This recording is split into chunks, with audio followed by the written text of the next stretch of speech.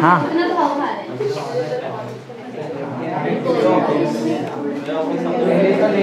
Okay, ध्यान दो, start कर रहे हैं न्यू चैप्टर फिजिक्स। देखो सबका ध्यान यहाँ पे, इसमें आगे बहुत सारा डेरिवेशन वगैरह भी है। ऑलमोस्ट मेरे को लगता है 3 लेक्चर लगे हैं खत्म करने के लिए, बराबर 3, कम से कम 3 लगे हैं, बराबर। ध्यान दो एकदम स्टार्टिंग से, अगर तुमको बेसिक आएगा तो आगे का तुमको जो डेरिवेशन एकदम डेंजर डेरिवेशन वो सब आ जाएगा बहुत इजीली। स्टार्ट करते हैं, पढ़ो। चैप्टर का नाम क्या है? Wave optics. देखो वेव ऑप्टिक्स मतलब ये चैप्टर में ज्यादा करके हम लोग लाइट का वेव नेचर देखने वाले। कौन सा nature? Wave nature. Light 2 nature दिखाता है, light shows dual nature, wave nature as well as particle nature. Light particle nature दिखाता है, photo electric effect, Raman effect, बराबर, कॉम्पटन इफेक्ट, ये सब पढ़ाया हुआ है तुमको, बराबर। और लाइट वेव नेचर इंटरफेरेंस में दिखाता है, डायफ्रैक्शन में दिखाता है, ये सब बेसिक चीज है। हाँ, हम लोग कौन सा नेचर पढ़ने वाले बताओ? वैसे वेव नेचर, क्योंकि टॉपिक का नाम ही है वेव ऑप्टिक्स, बराबर। चलो स्टार्ट करते हैं 1 बाय 1। पहला क्वेश्चन पढ़ो, मैं तुमको समझाता फिर वहां पे पढ़ेंगे, इजी है। पढ़ो क्वेश्चन, पढ़ो क्या है? What does the formation of shadow tells you about the propagation of light, बराबर। समझो लाइट है, बराबर। लाइट कभी कोई ऑब्जेक्ट पे गिरता है तो ऐसा पीछे शैडो बनता है उसका, बराबर। तो वो शैडो से तुमको क्या मालूम पड़ता है? शैडो से तुमको एक ही चीज मालूम पड़ता है, एक नेचर में 2 चीज मालूम पड़ता है कि जो लाइट है वो ओपेक ऑब्जेक्ट से पास नहीं हो सकता है। ओपेक समझ आता है? Non transparent. मैं ट्रांसपेरेंट नहीं ना, यहाँ मेरे सामने ऐसा लाइट है, बराबर, तो लाइट मेरे को आर पार करके नहीं जा सकता है, बराबर। तो आजू बाजू जाएगा तो जितना मेरा शेप उसके हिसाब से पीछे शैडो बनेगा, बराबर। तो लाइट एक चीज तुमको ये बताता है कि ओपेक ऑब्जेक्ट से वो पास नहीं हो सकता। ये दिख रहा है शैडो वाला लॉजिक है जो क्वेश्चन है, इसके हिसाब से 2 इन्फॉर्मेशन है। एक इन्फॉर्मेशन की ओपेक ऑब्जेक्ट से पास नहीं होगा, और दूसरा इन्फॉर्मेशन ये है कि लाइट रेक्टिलिनियर मोशन करता है। कौन सा मोशन? याद होगा, एमसीक्यू वगैरह में आ सकता है। लाइट मतलब बताता हूँ, रेक्टिलिनियर मतलब मोशन क्या है? हमेशा स्ट्रेट लाइन में ट्रेवल करेगा, रेक्टिलिनियर उसको बोलते हैं। समझा? समझा क्या? 2 आंसर क्या है जो मैं बोल रहा हूँ, सेम वही चीज लिखा है, इसके लिए पहले समझो फिर पढ़ेंगे, डायरेक्ट नहीं समझेगा। समझा? लाइट से जो शैडो वगैरह बनता है, बराबर, वो क्या तुमको बताता है? 2 इन्फॉर्मेशन देगा, एक कि वो ओपेक ऑब्जेक्ट से पास नहीं हो सकता है, दूसरा स्ट्रेट लाइन में मूव होता है, मतलब रेक्टिलिनियर मोशन। बस 2 ही इन्फॉर्मेशन। पढ़ो आंसर, पढ़ो क्या है? Light can not pass through an opaque object, also light travels in a straight line, that is कौन सा मोशन? यही बताया था, कुछ नया नहीं है, ठीक है। आगे बढ़ते हैं। लॉज ऑफ रिफ्लेक्ट 11th का है, स्टार्टिंग आधा ज्यादा तो 11th का है, बराबर। 11th में ऑप्टिक्स अगर याद रहेगा तो बहुत इजीली याद हो जाएगा तुम, ठीक है। थोड़ा बहुत रिवाइज करा भी देता हूँ, इधर देखो। तो law of reflection, law of refraction में कुछ पॉइंट तो एकदम सेम ही है। इधर देखो, रिफ्लेक्शन याद है? रिफ्लेक्शन क्या होता है? जब भी लाइट कोई एक ऐसे सरफेस से इंटरैक्ट करेगा जो उसको रिफ्लेक्ट कर देता है वही मीडियम में, तो ये है रिफ्लेक्शन, बराबर। जब लाइट का डायरेक्शन एक ही मीडियम में चेंज हुआ तो रिफ्लेक्शन, बराबर। अगर लाइट का डायरेक्शन 2 मीडियम में लग रहा है चेंज होने के लिए तो रिफ्रैक्शन। हाँ, तो यहाँ पे क्या है? फर्स्ट लॉ क्या है? वैसे 3 लॉ इसमें, 2 दिया हमारे सिलेबस में तो 2 ही पढ़ लेते, कोई प्रॉब्लम। देखो ये कौन सा लाइट है बताओ? जो लाइट आया ऐसा, इसको बोलते हैं इंसिडेंट रे। ये जो लाइट निकला, रिफ्लेक्टेड की रिफ्रैक्टेड? रिफ्लेक्टेड। 11th में पढ़ा हुआ चीज, बराबर। ये क्या है? ये जो बना रहा हूं मैं यहाँ पे, नॉर्मल, बराबर। The incident light, the incident ray, reflected ray and normal, all 3 lie in the same plane. 11th का पॉइंट है, अभी नहीं 11th का है, बराबर। समझा ये फर्स्ट लॉ? समझा? एक लॉ क्या है? किसका लॉ पढ़ रहे हैं हम लोग? रिफ्लेक्शन। मैं जो बोल रहा है वही लिखा है, पहले पढ़ो मत, पहले सुन लो क्या है। इंसिडेंट रे, रिफ्लेक्टेड रे और नॉर्मल तीनों किधर लाई करता है? एक ही प्लेन में, बराबर है। हाँ, और दूसरा लॉ ये है कि जो एंगल ऑफ इंसिडेंस होता है वो इक्वल टू होता है एंगल ऑफ रिफ्लेक्शन। सिर्फ रिफ्लेक्शन में, रिफ्रैक्शन में ऐसा नहीं होता है, सिखाया था, मालूम है? Second law, the angle of incidence is always equal to angle of reflection, बराबर। ये दूसरा। वैसे तीसरा लॉ भी है, हमारे सिलेबस में नहीं है। तीसरा लॉ ये है, द इंसिडेंट रे and the reflected ray lie on the opposite side of the normal. Normal के आजू बाजू लाई करते हैं, ये थर्ड लॉ है। 11th में था, अभी नहीं है, फिर भी नॉलेज पॉइंट ऑफ व्यू समझ गया? बोलो बोलो, इजी है। पहला लॉ क्या है? इंसिडेंट रे, नॉर्मल और रिफ्लेक्टेड रे तीनों एक ही प्लेन में। सेकंड लॉ, आई का वैल्यू किससे मैच होएगा? आर। आई मतलब कौन सा angle? Angle of incidence. R मतलब एंगल ऑफ रिफ्लेक्ट। यही चीजें कुछ नया नहीं, पढ़ो जल्दी पढ़ो। पढ़ो क्या? Incident ray, reflected ray and normal, all 3 lie in the, वही स्टेटमेंट बोला था मैंने, बराबर। और एक मैंने ये भी चीज बताया, ये दोनों सेम रहता है। Angle of incidence is always equal to angle of 11th हो रहा है, समझो 11th पढ़ा रहा हूं। नेक्स्ट, लॉज ऑफ रिफ्रैक्ट, ये भी बहुत सिंपल है। पहला पॉइंट तो सेम ही है। जैसे यहाँ पे रिफ्लेक्टेड रे है, अब बोलो कौन सा रे आएगा? अब रिफ्रैक्टेड रे आएगा, क्योंकि यहाँ पे रिफ्रैक्शन का फॉर्मूला होने मतलब फिनोमिनन होगा। देखो, तो इंटरफेस बिटवीन 2 मीडियम, एक्स और वाई ले लेते हैं। समझो लाइट आया, बराबर। लाइट जहां पे इंटरेक्ट करता है वहां क्या बनता है, नॉर्मल। नॉर्मल आर पार क्यों बना दिया बोलो अभी मैंने, क्योंकि लाइट यहां से इधर भी आएगा। याद है पहले वाले केस में मैंने आगे नहीं गया था, क्योंकि लाइट आगे जिधर लाइट जाएगा उधर ही बनाएगा, बराबर। हाँ, तो समझो रेरर मीडियम से डेंसर मीडियम में आ रहा है तो टुवर्ड्स द नॉर्मल बेंड होता है, बराबर। ये कौन सा रे बताओ जो ऊपर है, और ये कौन सा रे, रिफ्रैक्टेड रे, मालूम नहीं सब चीज। हाँ, फिर से वही incident ray, refracted ray and the normal, all three lie in the same plane. अब ये कौन सा रे, रिफ्रैक्टेड, पहले कौन सा था, सिंपल सिंपल है। द एंगल ऑफ इंसिडेंस और angle of refraction same same रहेगा, इधर ऐसा नहीं होता है। यहाँ पे पॉइंट था, for a given pair of media the sine of angle of the ratio of sine of angle of incidence to the sine of angle of refraction is constant, called as refractive index of second medium with respect to first medium। 11th का point है, 11th पढ़ाया हुआ है चीजें, Snell's law बोलते हैं इसको, Snell's law. फिर भी जिसको नहीं मालूम है एक बार बता देता हूँ, देखो। तो पॉइंट पहला बताओ, फर्स्ट लॉ तुमको याद है क्या, फर्स्ट लॉ तो सिंपल है, इंसिडेंट रे, नॉर्मल और रिफ्रैक्टेड रे तीनों एक ही प्लेन में, बराबर। और जो सेकंड है, सेकंड तो बहुत सिंपल है। सेकंड पॉइंट ये यहाँ पे ये बताया कि कोई भी पेयर ऑफ मीडियम तुम लोग लेंगे, बराबर, तो उसमें ratio of sine of angle of incidence ना, साइन आई है, to the sine of angle of refraction एक कांस्टेंट रहेगा। वो कांस्टेंट को क्या बोलते हैं, रिफ्रैक्टिव इंडेक्स। जो मैंने म्यू लिखा है, म्यू मतलब है रिफ्रैक्टिव इंडेक्स, किसका, refractive index of second medium with respect to first medium. 11th में पढ़ाया हुआ चीज ना। देखो फिजिक्स बहुत इजी है, क्योंकि 11th में तुमको फिजिक्स एकदम अच्छे से पढ़ाया मैंने, बराबर। तो आगे फिजिक्स तुमको बहुत इजी लगे, इतने फिजिक्स में कुछ हार्ड वर्ड नहीं, इसके लिए इसको लास्ट में रखा है मैंने, समझा, बोलो। दोनों लॉ एकदम वही चीज लिखा है, जो एग्जैक्ट स्टेटमेंट जो बोला वही पूरा कट टू कट यहाँ पे लिखा है। पढ़ो पॉइंट नंबर 2 पढ़ो, क्या है, the ratio of sine of angle of incidence to the sine of angle of refraction is constant, called as refractive index of second medium with respect to first medium। Simple, समझा, बोलो। 3 question बोलो, सब पूरा का पूरा पहले जैसे, यहाँ कुछ नया चीज नहीं है यहाँ पे। तो तुमको पहला पॉइंट समझा, यहाँ पे क्या है, ओपेक से पास नहीं हो सकता है, रेक्टिलिनियर मोशन दिखाता है, स्ट्रेट लाइन में मोशन। सेकंड पॉइंट आई का, इसका सेकंड क्वेश्चन में आई और आर सेम सेम रहेगा, और वो तीनों एक ही प्लेन में लाई करते, इधर भी वही तीनों एक ही प्लेन में लाई करते, फॉर्मूला अलग है अभी, अब आई इक्वल टू आर नहीं हो सकता रिफ्रैक्शन में। हाँ, पढ़ते हैं इलेक्ट्रोमैग्नेटिक वेव, 11th में पढ़ाया last chapter electromagnetic waves. Electromagnetic waves बनता किससे, चार्ज पार्टिकल के एक्सीलरेशन से, बराबर। जब भी चार्ज पार्टिकल एक्सीलरेट हो जाएगा तो क्या बनेगा, इलेक्ट्रोमैग्नेटिक वेव में इलेक्ट्रिक वेव और मैग्नेटिक वेव परपेंडिकुलर रहते हैं एक दूसरे को, और डायरेक्शन ऑफ प्रोपोगेशन को भी परपेंडिकुलर, पढ़ा था अपन ने सब चीज, याद है। फिर से बराबर, क्या है, waves that are caused by acceleration of charge particle. इससे एक्सेलरेशन ऑफ चार्ज पार्टिकल से कौन सा वेव बनता है, इलेक्ट्रोमैग्नेटिक, पढ़ा है 11th में, बराबर। एंड इसमें रहता है क्या क्या क्या रहता है, 2 वेव रहेगा, एक इलेक्ट्रिक रहता है ना ऐसे जाता है, और एक मैग्नेटिक ऐसे जाता है, बराबर। दोनों एक दूसरे को, दोनों कैसे रहते हैं, परपेंडिकुलर, और डायरेक्शन ऑफ प्रोपोगेशन को भी परपेंडिकुलर रहते हैं, वही लिखा देखो। And consist of electric and magnetic field vibrating sinusoidally, क्यों मालूम है, साइन का ग्राफ को ओबे करता है, और क्या है, और कुछ नहीं, साइनोसॉइडली एट, बोला था ना परपेंडिकुलर टू ईच अदर है, हाँ, to each other and to the direction of propagation को भी 90 डिग्री में रहता है, अरे खुद से भी 90 डिग्री और डायरेक्शन ऑफ प्रोपोगेशन को भी 90 डिग्री है, बराबर। हाँ, आर कॉल्ड एज इलेक्ट्रोमैग्नेटिक, उसको ईएम वेव भी बोलते हैं। इजी है ना, अरे इजी है तो 11th का है, समझा, बोलो, समझा, याद है अभी तक क्या क्या पढ़ा है। सबसे पहले कि लाइव वो शैडो वाला लॉजिक बताओ क्या था, ओपेक। इसमें से बहुत सारे क्वेश्चन तुम्हारे क्वेश्चन बैंक का है, मैंने देखा बहुत सारे क्वेश्चन तुम्हारे क्वेश्चन बैंक का है, तो तुम्हारा थियरी भी करा रहा है, न्यूमेरिकल भी समझो साथ में करा देता है सब। तो पहला पॉइंट देखा, ओपेक से पास नहीं होता है, रेक्टिलिनियर मोशन करता है। फिर यहाँ पे 2 लॉ देखा, इधर भी 2 लॉ देख लिया। इधर देखा इलेक्ट्रोमैग्नेटिक वेव बनता कैसे, एक्सेलरेटिंग चार्ज पार्टिकल, 2 वेव रहता है, इलेक्ट्रिक वेक्टर और दोनों कैसे वाइब्रेट करते हैं, साइनोसॉइडली वाइब्रेट करेंगे at right angle to each other और perpendicular to each other and also to the direction of propagation of, जो डायरेक्शन रहेगा उसको ही परपेंडिकुलर, खुद से ही परपेंडिकुलर, म्यूचुअली परपेंडिकुलर बोलते हैं। चलो, तो जो विजिबल लाइट है, विजिबल लाइट जो हमारा नेकेड आई देख सकता है, एक्सरे, गामा रे, ये सब पढ़ा था, रेडियो वेव्स, ये सब नहीं देख सकते हम लोग। हाँ, हम लोग सिर्फ विजिबल लाइट का विबज्योर वाला स्पेक्ट्रम देख सकते हैं, उसका फ्रीक्वेंसी कितना होता है, वो फ्रीक्वेंसी हमको याद रखना पड़ेगा 4, डायरेक्ट देखो शॉर्टकट क्या रखना है, डबल नंबर, अगर मैं 4 बोलूँ तो 8 तक, 8 पर 4 बोला तो क्या है, देखो डबल करो, 8 में से 0.1 कम कर दो, 7.9, कितना, मतलब 4 और 7.9 2 नंबर याद रखना पड़ेगा तुमको। अरे 7.9 अगर तुमको याद नहीं है एग्जाम में तो याद रखना, 4 का डबल के नजदीक था, बराबर ना।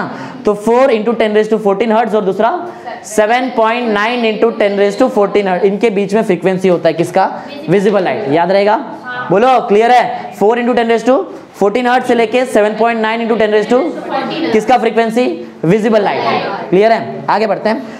Face at a point along the path of the way. बराबर, फेस का मतलब क्या है एक्चुअल में, जब मैं तुमको इसका डेरिवेशन कराऊंगा कल, फेस का मतलब होता है एंगल। बराबर, फेस का मतलब क्या होता है? एंगल। एक मतलब थियरी में भी एक पॉइंट लिख सकते हैं, स्टेट ऑफ वाइब्रेशन या फिर स्टेट ऑफ ऑसिलेशन क्या है, उसको भी फेस बोलते हैं। समझा? स्टेट ऑफ वाइब्रेशन या फिर स्टेट ऑफ ऑसिलेशन मतलब ही फेस। मैथमेटिक्स के हिसाब से जब हम लोग करेंगे कल डेरिवेशन, तो उधर फेज आएगा, तो उधर फेज का मतलब क्या रहेगा? एंगल। समझा? एंगल। यहां पे एक थियोरेटिकल भी चलेगा, फेज का एक और मतलब यहां पे क्या दिया है? स्टेट ऑफ वाइब्रेशन और स्टेट ऑफ ऑसिलेशन। याद रहेगा? फेज का मतलब क्या है? State of vibration. बराबर, कौन से वाइब्रेशन के स्टेट में? एकदम ऊपर है, एकदम नीचे है, मीन पोजीशन पे है। समझा? ऑसिलेशन पढ़ाया था तुमको। बराबर, स्टेट ऑफ ऑसिलेशन या तो स्टेट ऑफ वाइब्रेशन को ही क्या बोलते हैं? फेज। पढ़ लो एक बार पॉइंट पढ़ो क्या? Phase at a point on the path of the way, ये क्वेश्चन में ही दिया था, ये उधर का ही है। बराबर, is it's state of vibration और स्टेट ऑफ ऑसिलेशन। सिंपल है, याद है अभी तक जो पढ़ा है? अच्छा, रे ऑप्टिक्स 11th में पढ़ा है, रे ऑप्टिक्स, और तुम्हें 10th में पढ़ा, याद है?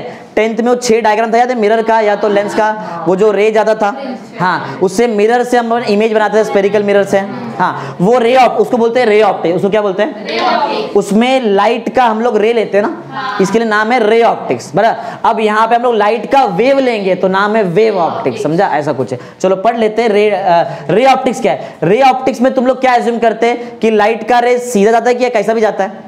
सीधा ना, तभी तो रे ऑफ लाइट को सीधा किया था अपन ऐसा, parallel to principal axis passes through focus. याद है? फोकस जाएगा तो पैरेलल टू प्रिंसिपल एक्सिस है, सेंटर ऑफ कर्वेचर गया तो रिटर्न वैसे ही आता है। पढ़ाया था ये सब चीज। बराबर, पढ़ लो क्या है मतलब रे ऑप्टिक्स का मतलब ये है कि तुम लोग यहाँ पे ऐसा एज्यूम कर रहे कि जो रे ऑफ लाइट मतलब जो लाइट का प्रोपोगेशन है वो स्ट्रेट लाइन में ना, वो स्ट्रेट लाइन में एज्यूम कर रहे हैं। चलो पढ़ लेते, पढ़ो क्या है? Study of optical phenomenon under the assumption, एक एजम्पशन है कि लाइट कैसे ट्रैवल कर रहा है? स्ट्रेट। हाँ, under the assumption that it travels in a straight line as a ray is called as ray optics. Ray optics का एक और नाम है ज्योमेट्रिकल ऑप्टिक्स बोलते हैं। उसको क्या बोलते हैं? समझा? रे ऑप्टिक्स का दूसरा नाम क्या है?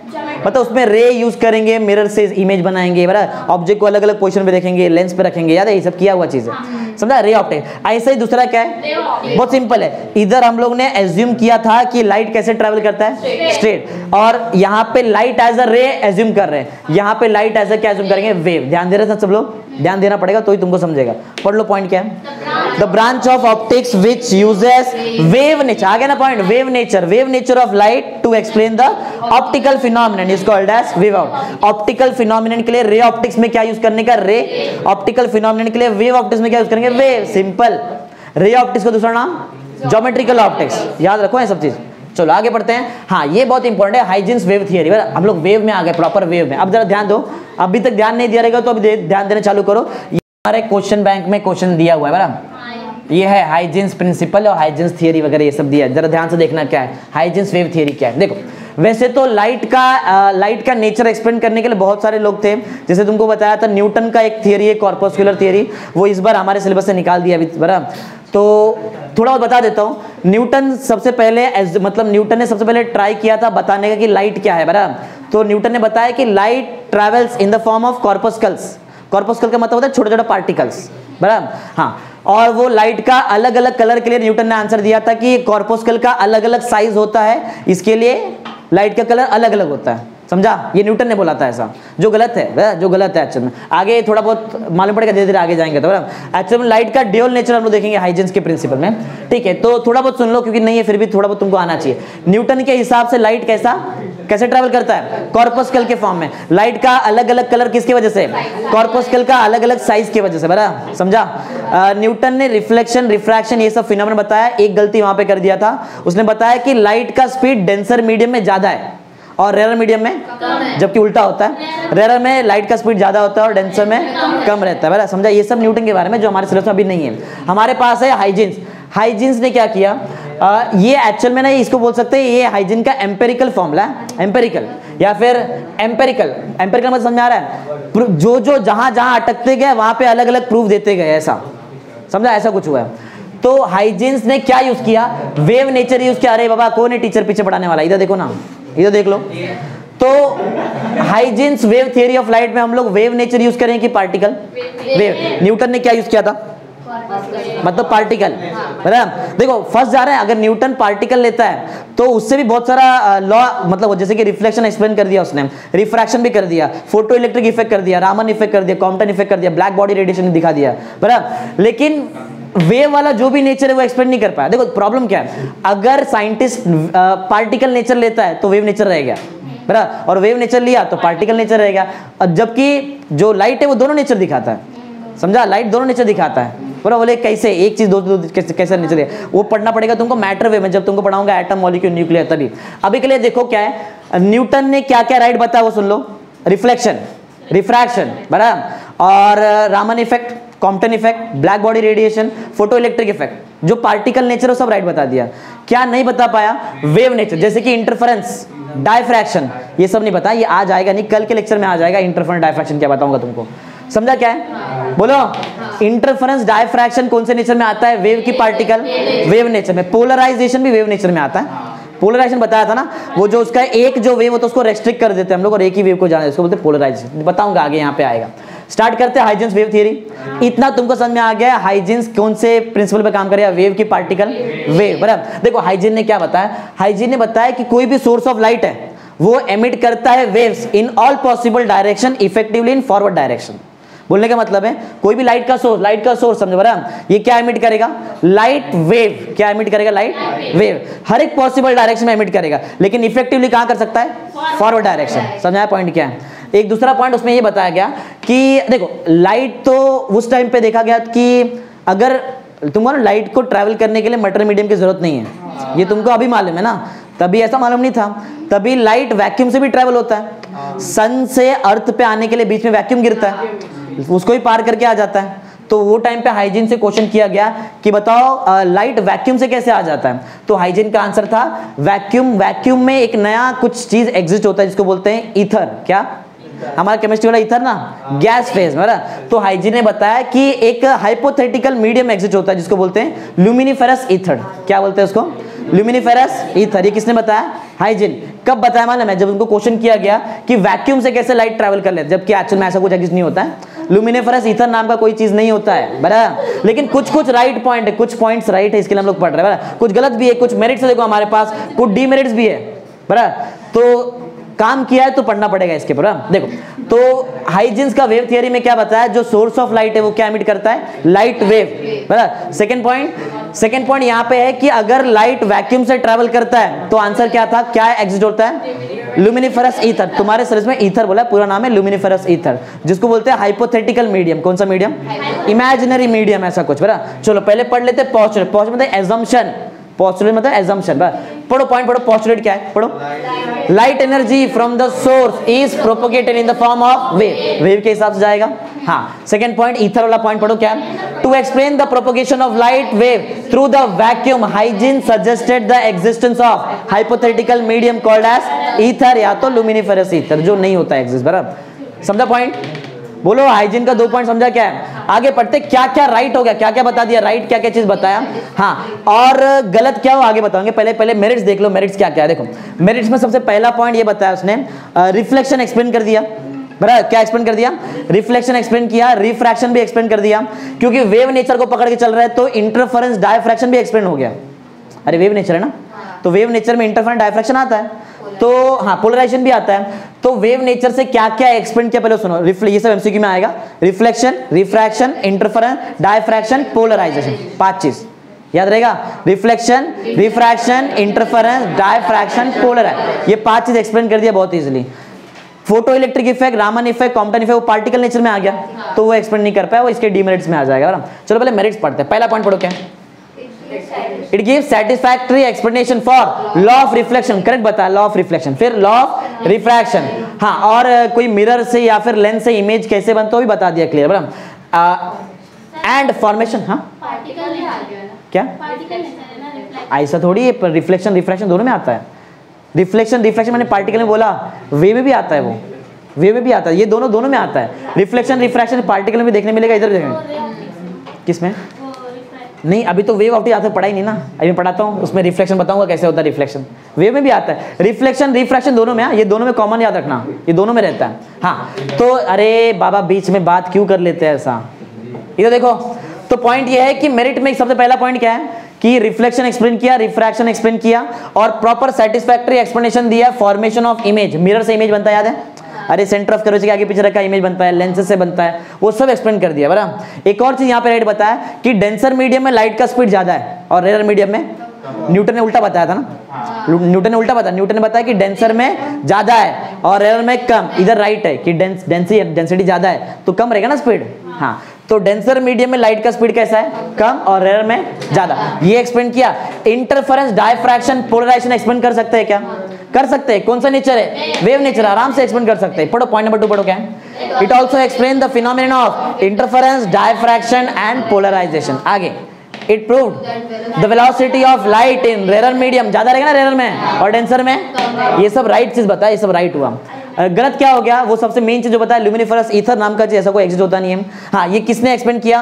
देखो माइकलसन मॉर्ली एक्सपेरिमेंट था, तुम्हारे सिलेबस में नहीं है, जस्ट याद रखो किसने ऐसा बताया। माइकलसन मॉर्ली का एक एक्सपेरिमेंट था, उसमें क्लियर मालूम पड़ गया कि ल्यूमिनिफरस ईथर नाम का चीज एग्जिस्ट नहीं होता है। समझा? याद रहेगा। एक ये गलत हो गया। दूसरा गलत ये हो गया कि मतलब ये जो थियरी है ये एक एम्पेरिकल थियरी है, समझा? मतलब पोस्टुलेट के ऊपर ऐसा करते करते जा रहे हैं। एक्चुअल में राइट जो रहेगा वो मैटर वेव है, जो आगे पढ़ेंगे हम लोग, बराबर। एम्पेरिकल मतलब जो हमको ऑब्जर्वेशंस मिल रहा है उस पर करते करते जा रहे हैं, ऐसा कर रहे हैं, ऐसा, बराबर। इट एज्यूम्स दैट, हाँ एक चीज और बताया, याद है मैंने स्टार्टिंग में पॉइंट बताया था, जो लाइट का सोर्स है वो लाइट वेव देता है हर एक पॉसिबल डायरेक्शन, लेकिन इफेक्टिवली।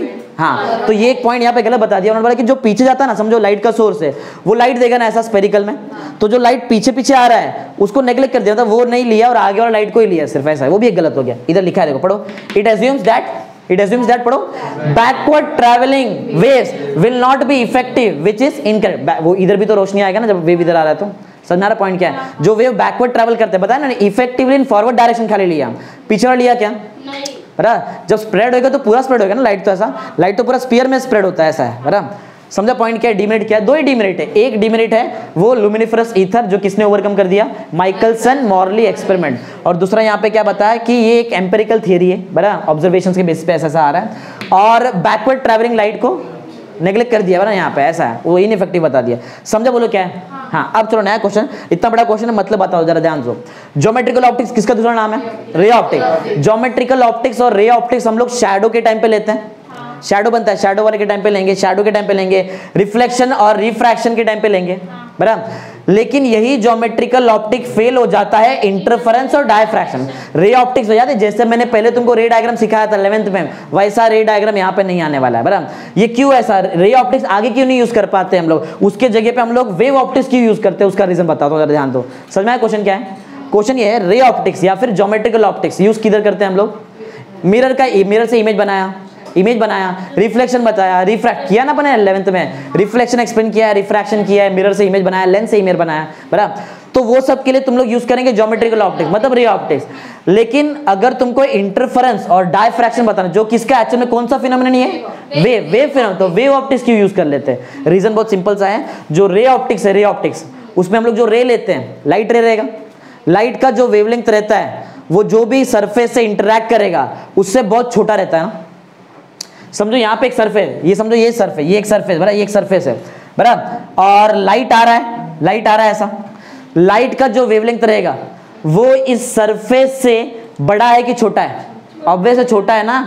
अरे बोलो, सरफेस इतना बड़ा है, इसका वेवलेंथ कितने में रहेगा? मतलब माइनस में रहता है, 10 के माइनस में रहता है ना, समझा? ऐसा भी होता है। तो रिफ्लेक्शन, रिफ्रैक्शन और शैडो बनने के टाइम पे हम लोग रे ऑप्टिक्स इसके लिए लेते हैं, क्योंकि उस टाइम पे जो रे है उसका वेवलेंथ, जो भी ऑब्स्टेकल आ रहा है बीच में, ये ऑब्स्टेकल ना, उसके लिए, हाँ, ऑब्स्टेकल के कंपैरिजन में छोटा वेवलेंथ है। कैसा वेवलेंथ है? छोटा। लेकिन अगर मुझे इंटरफेरेंस और डायफ्रैक्शन बताना है, उस टाइम पे वो जो लाइट का जो वेवलेंथ रहेगा वो उस ऑब्स्टेकल से कंपेरेबल रहता है, मतलब आसपास रहेगा। समझ आ रहा पॉइंट क्या है? जरा ध्यान सुनो, देखो मेन रीजन है ऑब्स्टेकल। देखो बड़ा ऑब्स्टेकल है, ये वाले केस में बड़ा ऑब्स्टेकल है तो रे ऑप्टिक्स, बराबर। इंटरफेरेंस डायफ्रैक्शन में छोटा छोटा ऑब्स्टेकल्स रहता है वहां पे, तो कौन सा ऑप्टिक्स? वेव ऑप्टिक्स, बराबर। बड़ा ऑब्स्टेकल है तो जो लाइट का, देखो लाइट का वेवलेंथ तो उतना ही रहेगा ना, बड़ा छोटा कौन हो रहा है? ऑब्स्टेकल, समझा? ज्यादा बड़ा ऑब्स्टेकल है तो तुम्हारा वेवलेंथ इस ऑब्स्टेकल के सामने कुछ भी नहीं है, बहुत छोटा है, बहुत इजीली फिनोमेनन बता सकते हैं। लेकिन जब तुम लोग इंटरफेरेंस करेंगे, कल बताऊंगा इंटरफेरेंस डायफ्रैक्शन, अभी नहीं तो कंफ्यूज जाएंगे नहीं तो पूरा। और याद रखो, इंटरफेरेंस और डायफ्रैक्शन में ऑब्स्टेकल कैसा रहता है? एकदम छोटा छोटा, इतना छोटा है कि वो लाइट के वेवलेंथ से हम लोग कंपेयर कर सकते हैं उसको। समझा रीजन क्या है? लाइट का वेवलेंथ ऑब्स्टेकल के वेवलेंथ से छोटा है। कौन से केस में? रिफ्लेक्शन रिफ्रैक्शन ऑब्स्टेकल वाले केस में, है ना? अरे रिफ्लेक्शन वाले केस में, इसमें लाइट का जो वेवलेंथ है वो किससे छोटा है बताओ? किससे छोटा है? ऑब्स्टेकल। और इंटरफेरेंट डायफ्रैक्शन में, क्योंकि उधर ऑब्स्टेकल खुद छोटा है तो ऑब्स्टेकल का साइज बराबर लाइट के वेवलेंथ से ऑलमोस्ट कंपेरेबल रहता है। इसके लिए हम लोग वहां पे रे ऑप्टिक्स नहीं यूज कर सकते। क्या यूज करेंगे? वेव। यही रीजन है, पढ़ेंगे यही मालूम पड़ेगा। बोलो समझा है क्या? एक लास्ट टाइम सुन लो। लाइट का वेवलेंथ रिफ्लेक्शन और रिफ्रैक्शन वाले केस में ऑब्स्टेकल से छोटा है, बराबर, और लाइट का वेवलेंथ इंटरफेरेंस और डायफ्रैक्शन वाले केस में कंपेरेबल है ऑब्स्टेकल से। यही रीजन था, समझा? चलो पढ़ते, पढ़ो क्या है, पढ़ो। Geometrical optics work in the case of formation of shadow बनता है, रिफ्लेक्शन भी होता है, रिफ्रैक्शन भी होता है, बराबर, because the wavelength of light, छोटा की बड़ा है? छोटा है। The wavelength of light is much smaller than the reflecting और रिफ्रैक्टिंग से मतलब ऑब्स्टेकल, बराबर, हाँ, as well as the shadow causing of. Shadow किससे बनता है तुमको मालूम है ना? हाँ, तो जिससे शैडो बनता है, जिससे रिफ्लेक्शन होता है, जिससे रिफ्रैक्शन होता है, उसके साइज के कंपैरिजन में तुम्हारा लाइट का साइज का जो लाइट का जो वेवलेंथ है वो छोटा है। लेकिन किधर फेल हो जाता है मेरी थ्योरी? कहां पे? जब इंटरफेरेंट डायफ्रैक्शन, वहां पे ऑब्स्टेकल छोटा होता है। कल बताऊंगा ऑब्स्टेकल कैसा आएगा, पढ़ो। But it fails as the obstacle used in the interference diffraction etc has size। Interference diffraction में जो ऑब्स्टेकल रहेगा उसका साइज तुम लोग लाइट के वेवलेंथ से कंपेयर कर सकते हैं। Has the size comparable to the wavelength of light. समझा मतलब क्या है? सिंपल है। एक लास्ट में तो बताओ तुम लोग ये क्या यूज क्या करेंगे? ज्योमेट्रिकल यूज करेंगे, वेव यूज करेंगे? Wave optic. Last point, wave optics needs to be applied in the case of interference diffraction. मतलब वेव ऑप्टिक्स में हम लोग सबसे मेन चीज पढ़ेंगे इंटरफेरेंस और कल चालू होगा इंटरफेरेंस। आज तो बेसिक है, बराबर, समझा? बोलो ये। चलो आगे बढ़ते हैं, आगे सिंपल से। लाइट का प्रॉपर्टी पूरा मालूम है अपने को, लाइट का सबका सब प्रॉपर्टी मालूम है। लाइट स्ट्रेट लाइन में ट्रैवल करता है, रेक्टिलिनियर मोशन दिखाता है, बराबर। लाइट को ट्रैवल करने के लिए कोई मेटल मीडियम की जरूरत नहीं, किधर से भी ट्रैवल हो जाता है, ये मालूम है। पहला पॉइंट ये पढ़ो, एक पॉइंट पढ़ते पढ़ो। Light is electromagnetic wave, this waves are transverse मालूम है, ट्रांसवर्स लॉन्गिट्यूडनल। साउंड वेव पढ़ा है ना 11th में, साउंड वेव लॉन्गिट्यूडनल वेव होता है, बराबर, उसमें पैरेलल वाइब्रेशंस होता है ना ऐसा, बराबर। और ट्रांसवर्स याद है, ये ट्रांसवर्स वेव है, ये ट्रांसवर्स वेव। और अगर ऐसा है कंप्रेशन रेरफैक्शन याद है, हाँ, वो कौन सा वेव था? वो sound longitudinal wave, light transverse wave. हाँ, इलेक्ट्रोमैग्नेटिक वेव तो है, लेकिन इलेक्ट्रोमैग्नेटिक वेव में कौन सा wave? Transverse wave. And consist of tiny oscillating electric field रहता है, मैग्नेटिक फील्ड रहता है, आपस में परपेंडिकुलर और डायरेक्शन ऑफ प्रोपगेशन को भी perpendicular. Electric and magnetic field which are perpendicular to each other and to the direction of propagation of wave. Second point में सिखा दिया, लाइट को ट्रैवल करने के लिए कोई मटेरियल मीडियम की जरूरत नहीं है। पढ़ो पॉइंट नंबर 2, बराबर। Light does not require any material medium for their propagation and can even travel through the vacuum. Vacuum से भी ट्रैवल हो जाता है, समझा? आगे लास्ट जो है थर्ड पॉइंट, सबसे मेन पॉइंट थर्ड पॉइंट है। लाइट का जो स्पीड है या फिर लाइट का वेलोसिटी, ये डिपेंड कर, अच्छा, अलग अलग मीडियम में अलग अलग वेलोसिटी रहता है, बराबर। एयर में कितना? 3 × 10⁸। ग्लास में, ऑर्डिनरी ग्लास में 2 × 10⁸ होता है, बराबर। तो स्पीड अलग अलग है। तो लाइट का स्पीड डिपेंड करता है मटेरियल, ये जो भी मीडियम रहेगा उसके म्यू पे। म्यू मालूम में क्या होता है? Refractive index.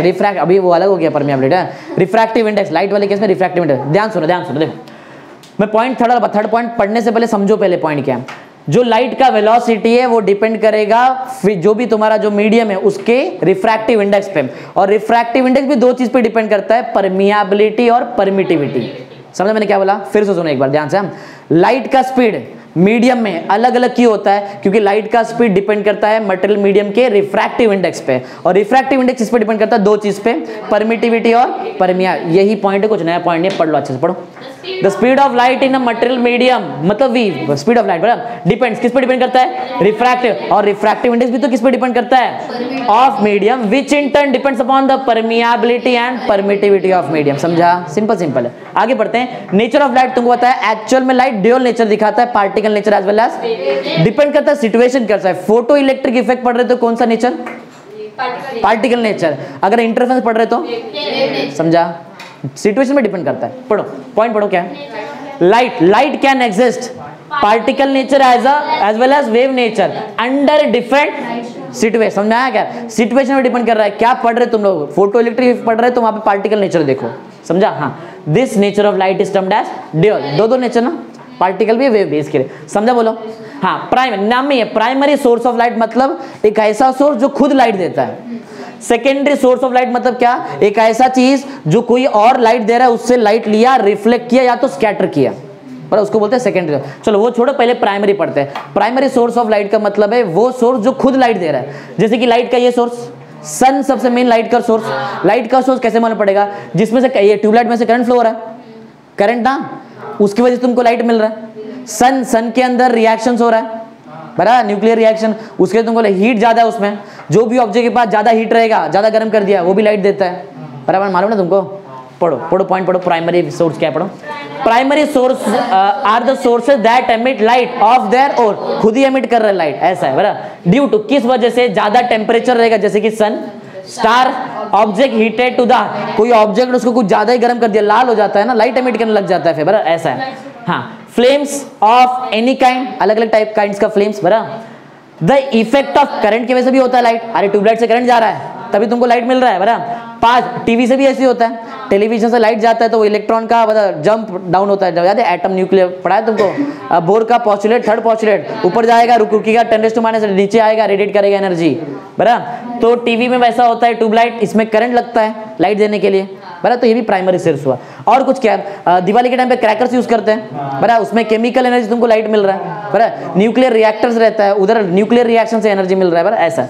पढ़ लो सी वाला पॉइंट पढ़ो, क्या केमिकल्स और nuclear reactions, example fire crackers, बराबर, न्यूक्लियर एनर्जी जनरेटर, बराबर, ये सब, इससे तुमको मिलेगा लाइट, समझा बेसिक। अरे प्राइमरी सिंपल है तो खुद से भी लिख सकते थे, इतना भी हार्ड नहीं है। प्राइमरी सोर्स ऑफ लाइट मतलब वो सोर्स जो खुद लाइट देता है, जैसे कि सन हो गया, ट्यूबलाइट ले लो, बराबर, किस वजह से आता है वो याद रखना, टेम्परेचर की वजह से होता है, इलेक्ट्रिक करंट की वजह से होता है, केमिकल रिएक्शन की वजह से होगा, न्यूक्लियर रिएक्शन की वजह से होगा, चार चीज याद रखना, याद रहेगा, क्लियर है। आगे बढ़ते हैं सेकेंडरी सोर्स ऑफ लाइट, ध्यान पहले समझो फिर पढ़ते हैं, इतना वैसे हार्ड भी नहीं बोल सकते। देखो सेकेंडरी सोर्स मतलब क्या, जैसे कि बोर्ड सेकेंडरी सोर्स है, बोर्ड सेकंड, तुमको इस पे लाइट दिखाई दे रहा है, बराबर, अगर सब मैं बंद, बाकी सब मैं ट्यूबलाइट वगैरह बंद कर दूं तो इस पे रोशनी रहेगी क्या, इस पे लाइट गिर रहा है, तुम्हारे आंख में जा रहा है तो तुमको क्लियर दिखाई दे रहा है ना ये, बराबर, तो ये सेकेंडरी सोर्स है, बराबर। ये एक्चुअल में क्या कर रहा है, इसको ऊपर से ट्यूबलाइट से उसको लाइट मिल रहा है, इसको ट्यूबलाइट से लाइट मिला, लाइट इस पे जैसे ही गिरा ये दो काम कर रहा है, या तो रिफ्लेक्ट या तो स्कैटर, स्कैटर, बराबर ना, या तो रिफ्लेक्ट करेगा।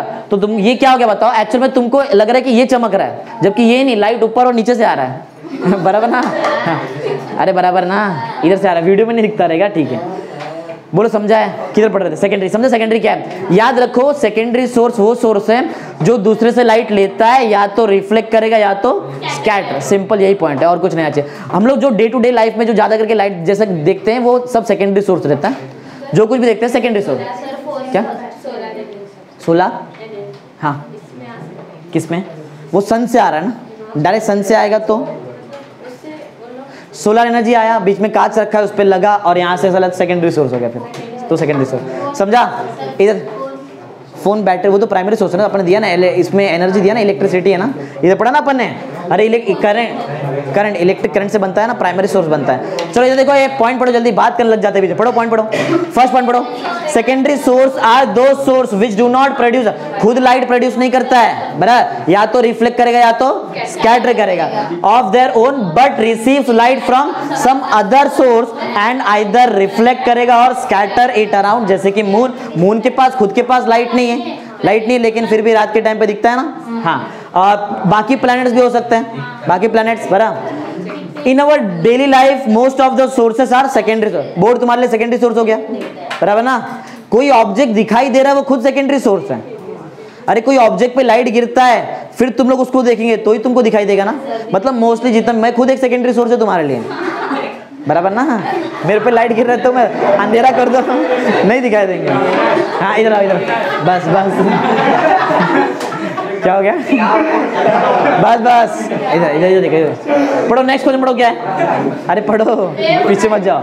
वेव फ्रंट, अब थोड़ा टेक्निकल में आ जाते हैं, धीरे धीरे अभी आगे बढ़, देखो ये तो इजी था, अब यहाँ से बहुत काम का चीज है तुम्हारे लिए, इधर देखो, वेव फ्रंट भी तुम्हारे क्वेश्चन बैंक में दिया हुआ क्वेश्चन है, ध्यान से एकदम सब लोग इधर देखो, वेव फ्रंट पहली बार पढ़ने जा रहे हैं, वेव फ्रंट होता है क्या, जरा ध्यान सुनो, देखो वेव फ्रंट क्या, देखो स्टार्ट करते हैं, ये जो मैंने पॉइंट बनाया, ये जो एस लिखा है मैंने, एस समझो सोर्स ऑफ लाइट, एस क्या है, सोर्स ऑफ लाइट, इससे रे ऑफ लाइट निकल रहा है, क्या निकल रहा है इससे, ट्रांसवर्स रहेगा कि लॉन्गिट्यूडनल रहेगा, ट्रांसवर्स, लाइट है ट्रांसफर, इधर देखो सब लोग ध्यान दो, ये एक लाइट ऐसा निकला, ये सेकंड निकला, ये थर्ड ऐसा, बरा बोलो ट्रांसवर्स है ना, ये ट्रांसवर्स नहीं है, लाइट ट्रांसवर्स देता है, इलेक्ट्रोमैग्नेटिक वेव ट्रांसवर्स नेचर, बराबर ना, लॉन्गिट्यूड थोड़ी देता है। इधर देखो इधर, हाँ तो सोर्स से कौन सा लाइट निकला है, ट्रांसवर्स, हाँ ये सब एक पॉइंट पे अराइव होएगा, बराबर एक ही टाइम पे साइमल्टेनियसली सेम फेज में। देखो इसका जो फेज देखा, ये यहाँ पे क्या है, क्रस्ट ना कि ट्रफ, ये क्रस्ट ये ट्रफ ना, ट्रफ आ रहा है, इधर भी ट्रफ आ रहा है, इधर भी ट्रफ आ रहा है, बराबर सब लोग सेम फेज में आएंगे, सब लोग साइमल्टेनियसली आएंगे, सब लोग एक ही टाइम पे आएंगे। तो उस पॉइंट पे अगर मैंने यहाँ पे एक एनवलप बना दिया, बराबर ऐसा कुछ, या फिर टैंजेंट बना दिया, तो इसको बोलते हैं वेव फ्रंट। क्या बोलेंगे इसको, समझा वेव फ्रंट क्या है, जो मैंने लाइन बना देखो wave front. Wave front actual में लोकस है। अच्छा बताओ क्या 3 ही वेव रहेगा ऐसा, अगर बहुत सारा रहेगा तो हर एक पॉइंट बनाएंगे ना ऐसा, कलेक्शन ऑफ पॉइंट को क्या बोलते हैं, लोकस, पढ़ाया था ना, हाँ तो सब मैंने पॉइंट्स को कलेक्ट कर दिया, एक लोकस बना दिया, वही लोकस को क्या बोलते हैं, वेव फ्रंट। समझ में आ रहा है, चलो पढ़ते हैं वेव फ्रंट क्या है, पढ़ो वेव फ्रंट क्या है। लोकस, सब लोग का ध्यान यहाँ पे होना चाहिए, ज्यादा बात हो रहा है इधर देखो सब लोग, पढ़ो locus of all points having same face, बताया था फेस सेम होना चाहिए, बराबर हैविंग सेम फेस एट अ, यही बताया था कि एक ही टाइम पे आना चाहिए सब लोग ना, at a given time instant, बराबर same phase at a given time instant होना चाहिए, is called wave front. Simple है, समझा। वेव फ्रंट क्या है, wave front is the collection of, या फिर कलेक्शन ऑफ पॉइंट, या बोल सकते हैं locus, at which all the waves reaches at same time simultaneously, समझा, हैविंग सेम फेस, कुछ सही बना सकते हैं। दो मेन चीज याद रखो, सेम टाइम पे आना चाहिए, मतलब ही साइमल्टेनियसली हो गया, और सेम फेज होना चाहिए, बराबर कुछ भी आ सकता है, फिर सब क्रस्ट होना चाहिए, चलेगा ऐसा, बोलो समझा है, समझा है वेव फ्रंट।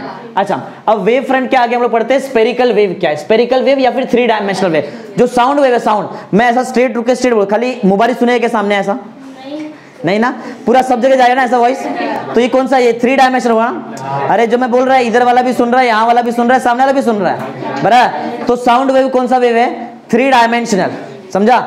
लाइट भी 3 डायमेंशनल है, लाइट का सोर्स रहेगा, बल्ब रहेगा, समझा, तो वो जो लाइट देता है वो स्फीयर के फॉर्म में ऐसा देगा ना, सब जगह देगा, बराबर वो भी 3 डायमेंशनल, सिंपल है। 3 समझा, 3 डायमेंशनल वेव क्या है, sound wave, light wave, simple. पढ़ो जल्दी पढ़ो क्या है, 3 dimensional waves like sound wave produced by source of sound, या फिर light wave produced by the light source, travel in all, सब डायरेक्शन में ट्रैवल करते हैं, travel in all direction, away source से हमेशा दूर जाते हैं, अवे फ्रॉम द सोर्स ना, and propagates in 3 dimension, such waves are called as spherical wave, या तो 3 डायमेंशनल वेव। सिंपल ना, सिंपल चीज है। आगे अब जरा यहाँ पे पॉइंट समझो, अब वेव फ्रंट के ऊपर टॉपिक है, जरा ध्यान दो। अभी वेव फ्रंट समझा क्या था, कुछ आए ना है, वेव फ्रंट आना चाहिए, वेव फ्रंट तुमको है। Wave front is the locus, समझा, लोकस है, eight which all the wave reaches simultaneously with same face, simple, समझा। आगे अब यहाँ पे क्वेश्चन जरा पढ़ो और तुमको मैं यहाँ पे सिखाऊं। ये देखो वेव फ्रंट का यहाँ पे जरूरत पड़ेगा हमको, यहाँ पे तुमको 4 रिलेशन निकालने का, 4 या 3 रिलेशन, शायद 3 रिलेशन है, पढ़ते पढ़ो क्वेश्चन क्या है, question number 17, how is direction of propagation and speed of wave related to wave front. Wave front देखो, वेव फ्रंट को देखो, और डायरेक्शन ऑफ वेव या फिर डायरेक्शन ऑफ लाइट, एक क्या था, एक था हमारा डायरेक्शन और दूसरा क्या था, स्पीड। दोनों को ज्यादा ध्यान दो। लाइट आगे ट्रेवल कर रहा है, लाइट आगे ट्रेवल कर रहा है, तुमको लाइट का स्पीड को देखना है, मतलब वही ना, डायरेक्शन ऑफ प्रोपोगेशन, वही, हाँ। एक तो तुम्हारे पास स्पीड है और दूसरा क्या है, लाइट का डायरेक्शन। फिर से इतना इजी है, जरा ध्यान समझो। 3 चीज को तुमको देखना है और तीनों में रिलेशन बताना है। एक है वेव फ्रंट, वेव फ्रंट दिखाई दे रहा है ब्लैक कलर का जो मैंने बनाया है लोकस, एक है वेव फ्रंट, दूसरा है लाइट का डायरेक्शन, बराबर, और तीसरा है लाइट का स्पीड। समझा 3 चीज क्या है, वेव फ्रंट, दूसरा लाइट का डायरेक्शन, तीसरा तुमको वेव फ्रंट तो दिखाई दे रहा है, तुमको मैं यहाँ पे लाइट का डायरेक्शन बता दूं तो और एकदम क्लियर बता सकते हो तुम लोग। देखो लाइट का डायरेक्शन, सोर्स से लाइट निकल रहा है मतलब आगे ही जाएगा ना, पीछे थोड़ी आएगा, यहाँ जाएगा। ये जो ब्लू कलर का मैंने बनाया है, बोलो ये क्या बना रहा हो बताओ, ये सब लाइट का डायरेक्शन है, इसको वेव नॉर्मल भी बोलते हैं, याद रखना, बराबर। लाइट का जो ब्लू कलर से मैंने बनाया ये सब क्या है, लाइट का डायरेक्शन। अब जरा ध्यान से देखो, ये इस पॉइंट पे, ये छोटे से पार्ट के लिए बताओ क्या ये परपेंडिकुलर है, बराबर ना। तो लाइट का डायरेक्शन वेव फ्रंट को बोलो कैसा रहता है, हमेशा एक रिलेशन निकाल दिया। ये सब है, ये सब लाइट का देखो डायरेक्शन जो है, लाइट ऑफ डायरेक्शन, लाइट का जो डायरेक्शन ऑफ प्रोपोगेशन है, ये जो ब्लू कलर से मैंने बनाया है, ये किसको परपेंडिकुलर है, वेव फ्रंट को परपेंडिकुलर। रिलेशन याद रखो, direction of propagation of light is always perpendicular to the wave front. एक और चीज, दूसरा क्या था, स्पीड ऑफ लाइट, मतलब स्पीड ऑफ वेव मतलब स्पीड ऑफ लाइट। ये वेव फ्रंट खुद लाइट है, जो वेव फ्रंट है ना, अरे लाइट से बना, ये वेव फ्रंट किसने बनाया, ये सब हाइजीन ने बनाया, ये सब हाइजीन ने बनाया हुआ चीज है, बराबर। तो हाइजीन ने क्यों बनाया, लाइट को एक्सप्लेन करने के लिए बनाया, बराबर। ध्यान दो इधर, तो ये जो वेव फ्रंट का स्पीड है वो किसके स्पीड से मैच होएगा? लाइट के स्पीड से, बराबर। अरे मैंने बताया खुद लाइट है, वेव फ्रंट खुद लाइट है, अगर लाइट आगे जा रहा है तो वेव फ्रंट भी आगे जाके जा रहा है। ये प्राइमरी वेव फ्रंट है, एक बार और वेव यहां से निकलेगा, सेकेंडरी वेव जाएगा आगे, तो उधर सेकेंडरी वेव फ्रंट बनेगा। ऐसा आगे के वेव फ्रंट बनते बनते जाएगा आगे, ऐसा समझा? वेव फ्रंट जो लाइन बनाता था, ध्यान नहीं दिया था तूने? अरे बाबा नहीं लू क्या लेक्चर तुम्हारा, बीच में बात क्यों करने लगते हैं? फिर हो गया तुम्हारा पोर्शन, समझ लेना। फिर समझा यार? बताओ क्या क्या तुमको याद है? Locus, wave front, wave front याद है? वेव फ्रंट क्या है? वेव फ्रंट लोकस है जहां पे सब वेव एक ही टाइम पे रीच करता है, एक ही फेज से रीच करता है। हमारा क्वेश्चन यहाँ पे क्या था? लाइट का डायरेक्शन और लाइट का स्पीड का रिलेशन वेव फ्रंट के साथ क्या है? रिलेशन बताता हूं, देखो। लाइट का डायरेक्शन वेव फ्रंट से परपेंडिकुलर, लाइट का स्पीड मैच करता है वेव फ्रंट के। क्यों? अरे वेव फ्रंट खुद लाइट है, सेकेंडरी सोर्स ऑफ लाइट बोलते हैं उसको, समझा? ये प्राइमरी सोर्स, इधर सेकेंडरी सोर्स, अभी ये वापस एक आगे वेव फ्रंट बनेगा, वो टर्शियरी सोर्स, समझा? आगे आगे एक नया नया सोर्स मिल जाएगा। ऐसा ये सब चीज बनाया हुआ है हाइजीन से, इसने बनाया ऐसा चीज, पढ़ते समझा? क्या बताया मैंने तुमको? लाइट का डायरेक्शन किसको परपेंडिकुलर? वेव फ्रंट को। भाई ये सब समझो, ये पॉइंट बहुत इंपॉर्टेंट सब है तुम्हारे क्वेश्चन बैंक में। और लाइट का स्पीड किससे मैच होता है? वेव फ्रंट के स्पीड, क्योंकि वेव फ्रंट खुद लाइट, बराबर। पॉइंट पढ़ो, point number 1, the direction of propagation of wave is perpendicular to wave front. यही तो बताया था तुमको मैंने, बराबर। दैट, अच्छा ये तुमको ऐसा नहीं लग रहा है कि ये जो है ये रेडियस बन गया सर्कल का पूरा? हाँ, that is the radius of the circle. आगे, wave front moves with the speed of wave, मतलब लाइट का स्पीड से ही वेव फ्रंट मूव करेगा। अरे वेव फ्रंट खुद बताया ना तुमको। हाँ, समझा दो पॉइंट? हाँ, मीडियम तो एक ही रहेगा, हम लोग एज्यूम करेंगे एक ही मीडियम रहेगा, जब तक लाइट का स्पीड नहीं चेंज होता एक ही मीडियम है वहां पे। समझा? बताओ तुमको क्वेश्चन, क्वेश्चन नंबर 17 संजीत समझा क्या? देखो क्वेश्चन नंबर 17, क्वेश्चन नंबर 18 पढ़ो, क्या है? पढ़ो। How is wave front related to the ray of? Wave front का रिलेशन पढ़ रहे, बता ना, तीन रिलेशन है। एक था direction of ray of light, direction of light का रिलेशन वेव फ्रंट के साथ। दूसरा था जो लाइट का स्पीड का रिलेशन वेव फ्रंट के साथ। अभी रे ऑफ लाइट का, या फिर रे ऑफ लाइट, या फिर रे लाइट भी बोल सकते हैं। रे ऑफ लाइट का रिलेशन किसके साथ? अच्छा जरा डायग्राम में देखो और बताओ रे ऑफ लाइट किधर है? कौन से कलर से बनाया मैंने रे ऑफ लाइट? क्या ये डायरेक्शन ऑफ लाइट ही तुम्हारा रे ऑफ लाइट है? अरे रे ऑफ लाइट बताता है डायरेक्शन, रे ऑफ लाइट क्या बताता है? तो रे लाइट भी तुम्हारे वेव फ्रंट को परपेंडिकुलर। देखो ना, अरे ये ब्लू वाला ही रे ऑफ लाइट है, इसको ही बोलेंगे डायरेक्शन ऑफ लाइट, उसी को वेव नॉर्मल भी बोलते हैं, बराबर। यही सब वर्ड याद रखो, कल काम में आएगा तुमको। ये ब्लू वाला चीज है ना, इसको इसका 2-3 नाम है, इसको वेव नॉर्मल बोलो, या तो इसको बोलो direction of propagation of light, या तो इसको रे ऑफ लाइट बोलो, चलेगा। रे ऑफ लाइट का काम है डायरेक्शन बताना, यही तो है डायरेक्शन ब्लू वाला, समझा? तो रे ऑफ लाइट किसको परपेंडिकुलर? वेव फ्रंट को परपेंडिकुलर। पढ़ो जल्दी, पॉइंट पढ़ो। रे of light indicates the propagation of light, यही बताया तुमको। रे ऑफ लाइट क्या इंडिकेट करता है? डायरेक्शन को इंडिकेट करता है, बराबर। The direction of propagation of light wave कैसा है वो बताया था? Perpendicular to the wave front, that is the ray of light is always. Ray of light भी देखो तीन, एक बार रिलेशन एक बार क्लियर कर लेते, जरा ध्यान सुनो। जो direction of propagation of light है उसका रिलेशन वेव फ्रंट के साथ क्या है? परपेंडिकुलर है। जो लाइट का स्पीड है उसका रिलेशन वेव फ्रंट के साथ क्या है? सेम स्पीड है। जो रे ऑफ लाइट है उसका रिलेशन वेव फ्रंट के साथ क्या है? परपेंडिकुलर है। यही तो था क्वेश्चन, सिंपल। आगे बढ़ते हैं। शेप ऑफ वेव, ये बहुत इंपॉर्टेंट है, ये बहुत इंपॉर्टेंट। जरा देखो, इसके लिए 2-3 क्वेश्चन का आंसर दो तो बता सकता हूं तुमको मैं। अगर समझो मैंने ये ऐसा नहीं कि पढ़ाया नहीं, इसका क्वेश्चन तुमका आंसर तुमको आना चाहिए। सन से जो रे ऑफ लाइट आता है वो डाइवर्जिंग होता है, कन्वर्जिंग होता है कि पैरेलल होता है? हमारे पास जो सन से लाइट आता है वो कैसा रहेगा? पैरेलल होता है, पैरेलल। ये सिखाया हुआ है 11th में। रे of light coming from object situated at infinite, बराबर। ऑब्जेक्ट अगर बहुत दूर है तो उससे जो रे ऑफ लाइट आएगा वो आएगा पैरेलल, बराबर। तभी तो तुम लोग बोलते हैं ना, when a ray of light is parallel to principal axis passes through focus, पढ़ाया था ना 11th में, समझा? उस टाइम पे हम लोग सनलाइट को यूज करते थे, याद रहेगा? देखो इधर ये 2 पॉइंट का मतलब तुमको तब समझ में आएगा जब तुमको ये जो मैं लॉजिक बता रहा हूं समझ में आएगा। देखो, shape of wave front depend करता है कि लाइट कहां से आ रहा है, बराबर। अगर लाइट बहुत दूर से आ रहा है, समझो डिस्टेंट ऑब्जेक्ट, बराबर, इन्फिनिटी से आ रहा है, जैसे कि सन से आ रहा है, तो उस टाइम पे रे ऑफ लाइट कैसा रहेगा? पैरेलल से प्लेन वेव फ्रंट बनता है। कौन सा वेव फ्रंट बनता है? याद रहेगा, ये है प्लेन वेव फ्रंट। दिखाई दे रहा है जो मैंने बनाया, ये दिखाई, जो बॉक्स बनाया इसको क्या बोलते हैं? Plane wave front. इसमें रे ऑफ लाइट देखो कैसा है? रे ऑफ लाइट पैरेलल। हाँ, ये रे ऑफ लाइट आ रहा है इन्फिनिटी से। देखो 2 चीज पहले क्लियर करो। अगर ऑब्जेक्ट डिस्टेंट है, मतलब बहुत दूर है, डिस्टेंट ऑब्जेक्ट, तो रे ऑफ लाइट पैरेलल, बराबर। अगर ऑब्जेक्ट बहुत नजदीक है तो रे ऑफ लाइट डाइवर्जिंग होता है, रे ऑफ नजदीक ऑब्जेक्ट तो ऐसा रेस निकलेगा ना आजू बाजू, समझा? दो चीज याद रहेगा, बोलो अगर रे ऑफ, अगर ऑब्जेक्ट इन्फिनिटी पे तो पैरेलल, अगर ऑब्जेक्ट बहुत नजदीक है तो ऑब्जेक्ट, मतलब ऑब्जेक्ट का मतलब मेरे लिए सोर्स ऑफ लाइट, बराबर? सोर्स ऑफ लाइट नजदीक दूर है सब। अच्छा अब आंसर पे आते हैं, आंसर पे आ जाओ। अगर रे ऑफ लाइट पैरेलल है तो प्लेन वेव फ्रंट बनता है, क्या बनता है? अगर सोर्स ऑफ लाइट एकदम नजदीक है बराबर तो डाइवर्जिंग रे आएगा, डाइवर्जिंग आएगा तो बनेगा स्पेरिकल वेव फ्रंट। कौन सा वेव फ्रंट बनेगा?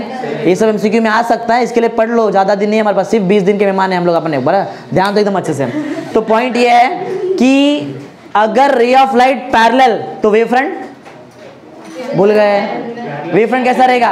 Plane wave front. इसके लिए बोलता हूं ध्यान दो, अगर रे ऑफ लाइट पैरेलल तो वेव फ्रंट प्लेन, अगर रे ऑफ लाइट डाइवर्जिंग तो वेव फ्रंट स्फेरिकल, याद रहेगा। अगर तुम लोग रे ऑफ लाइट समझो कोई ट्यूबलाइट से देख रहे हो, ट्यूबलाइट भी एक लाइट का सोर्स है, ऐसा लाइट नहीं है, ट्यूबलाइट है पहले गोल वाला था, ट्यूबलाइट गोल ट्यूबलाइट होता है पहले, हाँ सिलिंड्रिकल ट्यूबलाइट होता था, उससे जो वेव फ्रंट बनेगा वो सिलिंड्रिकल रहेगा।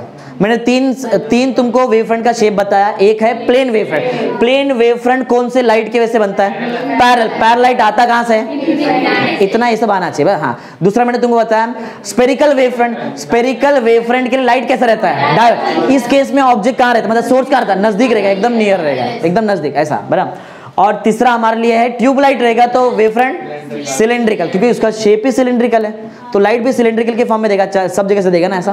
बोलो क्लियर है एकदम? चलो पढ़ते 2 पॉइंट, जल्दी पढ़ो। क्या है जो मैंने बताया वो कुछ नया नहीं है। At a point far away from the source of light, far away from the source of light, देखो एक पॉइंट पे तुम लोग वेव फ्रंट बना रहे हैं, वो पॉइंट तुम्हारा सोर्स ऑफ लाइट से बहुत दूर है, लाइट कैसे आता रहेगा? पैरेलल, वेव फ्रंट बनेगा प्लेन, बराबर? हाँ, वेव फ्रंट इज, पढ़ो क्या है? The wave front is plane wave front. क्यों है? क्यों? As the ray of light coming from the distant object is parallel to the principal. मालूम है तुमको ना, डिस्टेंट ऑब्जेक्ट से आया तो ray of light parallel to the principal है। तुमको ये मालूम है सिलिंड्रिकल वेव फ्रंट याद है? सिलिंड्रिकल याद है? किसकी वजह से आता है? ट्यूबलाइट की वजह से। पॉइंट पढ़ो, point number 2। Nearly linear, linear समझा? लीनियर एकदम लंबा है ऐसा, लीनियर, लीनियर से क्या? Tubelight. Then the shape of wave front is cylindrical, that is cylindrical wave front, समझा? ऐसा समझा? और इसमें वो डाइवर्जिंग वाला नहीं है, मैंने फिर भी तुमको एक्स्ट्रा बता दिया, बराबर? आ गया है, कल पढ़ाऊंगा तुमको स्पेरिकल वेव फ्रंट। हाँ, प्लेन वेव फ्रंट कैसे बनता है? ये जैसे ये बताया यहाँ से, प्लेन वेव फ्रंट बनाना है तो लाइट कैसा चाहिए? लाइट चाहिए कैसा? पैरेलल। पैरेलल के लिए कहां से आना पड़ेगा ऑब्जेक्ट को? ऑब्जेक्ट इन्फिनिटी पे रहेगा, सन जैसा हो सकता है, बराबर? एग्जांपल सिंपल समझा दिया, जस्ट पढ़ना। एक पॉइंट सबसे इंपॉर्टेंट चीज बताता हूं, एक बात बताओ, ये जो रेड कलर का लाइट दिखाई दे रहा है, रेड कलर ना, ये रे ऑफ लाइट है, यही डायरेक्शन ऑफ लाइट है, बराबर? क्या ये वेव फ्रंट को परपेंडिकुलर है? होना चाहिए, क्या सिखाया ना मैंने तुमको यहाँ पे?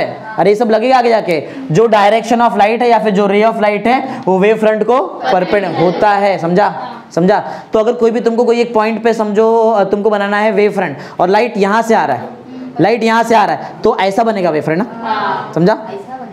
परपेंडिकुलर ना, इसके परपेंडिकुलर आना चाहिए बस, और कुछ नहीं, समझा? परपेंडिकुलर, समझा? पॉइंट क्या? पॉइंट नंबर 1 पढ़ो क्या है? कंसिडर, इधर देखो, इधर आ गया स्पेरिकल। अभी बताता हूं उसका मतलब क्या है। स्पेरिकल वेव फ्रंट के लिए लाइट कैसा होना चाहिए? डाइवर्जिंग, उसके लिए ऑब्जेक्ट बहुत नजदीक होना चाहिए। अब जरा सोचो, सन से जो लाइट निकला, इंस्टेंटली जो लाइट निकला वो तो सन के नजदीक ही रहेगा, अरे जो इंस्टेंटली निकला, तो वहां पे कौन सा वेव फ्रंट बनता रहेगा?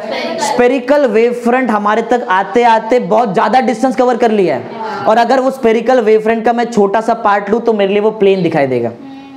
सिंपल है, छोटा ना, एकदम छोटा सा समझो, यहाँ पे एक छोटा सन है, उससे जो वेव फ्रंट निकलेगा वो छोटा थोड़ा ही निकलेगा, लेकिन जब वो आएगा तो बड़ा बड़ा होता जाएगा ना, ऐसा वेव फ्रंट बड़ा बड़ा होता जाएगा ना, हाँ, और उसका अगर मैं छोटा सा पार्ट लूं तो मेरे लिए क्या रहेगा? प्लेन रहेगा। सिंपल, बराबर? अरे क्योंकि तुम्हारे तक लाइट आते आते वो जो डाइवर्जिंग रे वो तुम्हारे लिए पैरेलल हो जाएगा, रे पैरेलल हो जाएगा ना, और जब रे पैरेलल तो तुम्हारा वेव फ्रंट प्लेन। सिंपल, बराबर ना? हाँ, पढ़ो पॉइंट पढ़ो।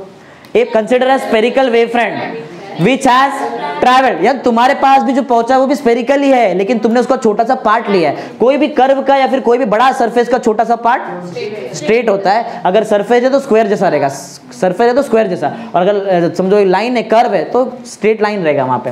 Consider spherical wave front which has travelled, कहां से? इंफिनिटी से ट्रैवल करके तुम्हारे तक आया, बराबर? हाँ, has travelled a large distance away from the source, source से दूर दूर होते होते गया। हाँ, आगे if small portion of the wave front is taken, उसका अगर मैंने छोटा सा पोर्शन लिया, then it will appear to be a plane surface. हाँ, प्लेन सरफेस, ये दिखाई दे रहा है प्लेन सरफेस, इसका डायरेक्शन तुम्हारे डायरेक्शन ऑफ प्रोपोगेशन को परपेंडिकुलर है, बराबर, plane surface with the direction of propagation perpendicular to it, सिखाया, बराबर। आगे, in such cases wave is called as the plane, ये वेव को हम लोग क्या बोलेंगे वो टाइम पे, प्लेन वेव, क्योंकि प्लेन वेव फ्रंट बना रहा है। स्पेरिकल वेव फ्रंट बनाने वाला वेव स्पेरिकल वेव या फिर डाइवर्जेंट वेव, समझा, ऐसा भी चलेगा। समझा क्या क्या पढ़ा है, इजी है, फिजिक्स इतना हार्ड वर्ड नहीं रहता। एक बार रिकैप मारते हैं। पहला पॉइंट याद है तुमको, यहाँ पे शैडो वाले केस में लाइट ये बताता है कि वो ओपेक से पास नहीं हो सकता है, रेक्टिलिनियर मोशन करता है। लॉ तुमको याद है, इंसिडेंट रे, रिफ्लेक्टेड रे और नॉर्मल तीनों एक ही प्लेन में रहता है। Angle of incidence, angle of reflection same same. फिर तुमको मैंने पढ़ा लॉ ऑफ रिफ्रैक्शन,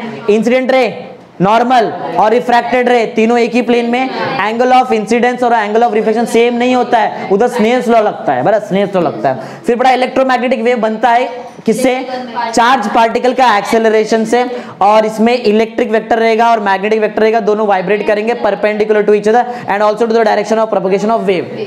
फिर बड़ा रेंज 4 × 10⁻14 से लेके 7.9 × 10⁻14 हर्ट्ज तक का फ्रीक्वेंसी। फेज का मतलब होता है स्टेट ऑफ वाइब्रेशन या तो स्टेट ऑफ ऑसिलेशन, ये हो सकता है। फिर बड़ा रे ऑप्टिक्स, रे ऑप्टिक्स हम लोग यूज करते हैं ऑप्टिकल फिनोमेनन स्टडी करने के लिए। क्या क्या एज्यूम करने का, एज्यूम क्या करने का कि लाइट स्ट्रेट जा रहा है, बराबर। और वेव ऑप्टिक्स हम लोग यूज करते हैं ऑप्टिकल फिनोमेनन स्टडी करने के लिए, इस टाइम पे हम लोग वेव यूज करेंगे, सिंपल, बराबर। फिर बड़ा हाइजीन थ्योरी, हाइजीन ने बताया सबसे पहले कि जो लाइट के सोर्स से जो लाइट निकलेगा वो वेव के फॉर्म में रहेगा।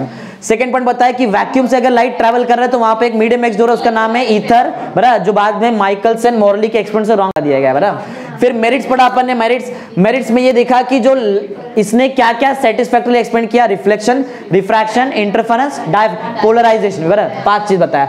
और गलत क्या हो गया था यहाँ पे, और क्या वो ईथर वाला पॉइंट गलत हो गया था, ईथर वाला पॉइंट गलत हो गया था। अच्छा, राइट क्या था, राइट में ये था कि डेंसर मीडियम में स्पीड कम है और रेयर में ज्यादा, जो न्यूटन ने गलत बता दिया था, बराबर। हाँ, फिर डीमेरिट बता दिया तुमको माइकलसन मोरली वाला, ये सब इजी है, बराबर। हाँ, फिर पढ़ा तुमको ज्योमेट्रिकल ऑप्टिक्स हम लोग किधर use, geometrical optic, ray optics हम लोग यूज करते हैं किधर, शैडो के केस में, इमेज बनाने के केस में, बड़ा इमेज, मिरर और लेंस है। लेकिन इसको हम लोग यूज नहीं कर सकते इंटरफेरेंस डायफ्रैक्शन में। रीजन बहुत सिंपल था, लाइट का जो वेवलेंथ है स्मॉल है as compare to obstacle, reflection, refraction और वो थर्ड वाले केस शैडो बनने के टाइम पे। लेकिन जब भी इंटरफेरेंस डायफ्रैक्शन देखते हैं तो उस टाइम पे ऑब्स्टिकल का साइज कंपेरेबल रहता है as compare to the wavelength of the wave, बराबर, ऐसा।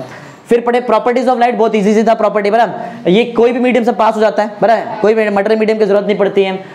ट्रांसवर्स नेचर है, इलेक्ट्रोमैग्नेटिक वेव है, इलेक्ट्रिक वेक्टर है, magnetic vector perpendicular direction to the propagation को परपेंडिकुलर। फिर वेलोसिटी याद है, वेलोसिटी, लाइट का वेलोसिटी डिपेंड करता है मीडियम के रिफ्रैक्टिव इंडेक्स पे, वो डिपेंड करता है परमियाबिलिटी और परमिटिविटी पे, ठीक है।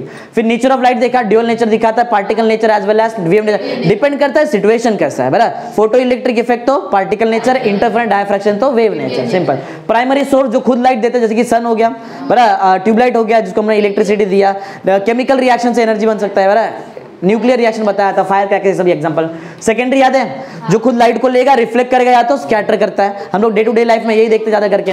हाँ, वेव फ्रंट याद है, ये एक लोकस, ये क्या है, एक लोकल, लोकस में ये कैसा लोकस है जहां पे सब वेव साइमल्टेनियसली रीच कर रहा है और सेम फेज के साथ रीच कर रहा है। 3 डायमेंशनल वेव बताया, साउंड वेव और लाइट वेव।